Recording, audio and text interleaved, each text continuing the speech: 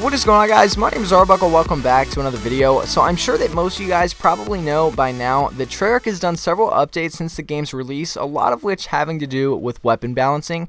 They've done a lot of buffs, a lot of nerfs. They've just overall done a lot of weapon tweaking to change the overall balance of the weapons in the game. And I think that they've honestly done a really good job of that. At first, when the game came out, I was a little concerned because there was a lot of guns that were horrible.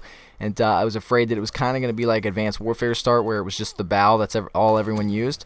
And I think they've done a really good job now. I'm seeing like everyone using every gun, and just all of them are just about as equal as can be. But one of the updates a while back, if you did not know, they're on a Christmas break right now, or a quote-unquote holiday break, so they haven't done an update in about 2 weeks. But one of the last updates that they did, they actually made the Kuda one of the best guns in the entire game. And I made a video about that a while back, talking about how good they made that weapon, and how it was definitely the best submachine gun, if not the best gun overall.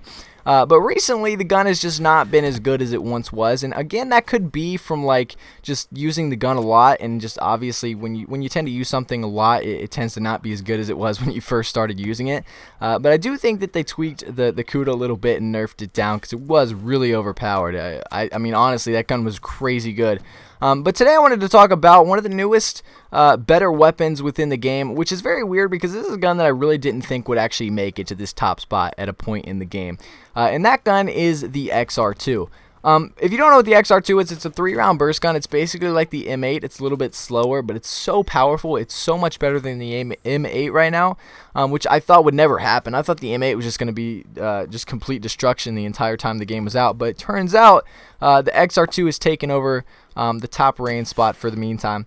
What I normally run on my XR-2 is an ELO sight, and I run 4 attachments. I run quick draw, rapid fire, stock, and FMJ.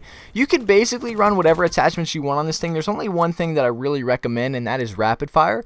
Like I was saying, the XR-2 does shoot a lot slower than the M8. If you use the M8 a lot, even on Black Ops 2, and then you pick up the XR-2, it's really obvious how much slower it is, because when you go to shoot it, you'll go to shoot again, and the bullets won't come out, and you're like, what the heck, man? Like, why is this thing so slow? And that's one of the reasons I didn't like it when I first started using it, is because it was so much slower, and it was harder to get used to, because I was used to the M8 being able to shoot really, really fast, especially since they updated that M8 and made it shoot a lot quicker.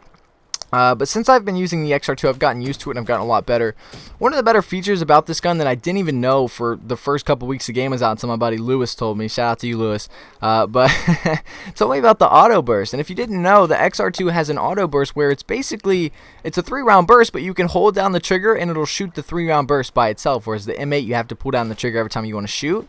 And one thing that I've learned with this auto burst is that it's so much easier to kill people, and your aim is so much better, because when you're focusing on pulling the trigger every 3 bursts or every 3 shots, it does throw off your aim a little bit, because you have to focus on aiming and you have to focus on shooting. Whereas if you hold down the trigger just like an automatic weapon, all you really got to do is focus on aiming. It's not that hard at all, and it makes it so much easier. And especially since this gun is super powerful, just bettering your aim just makes this gun so much more easier to use and so much more powerful.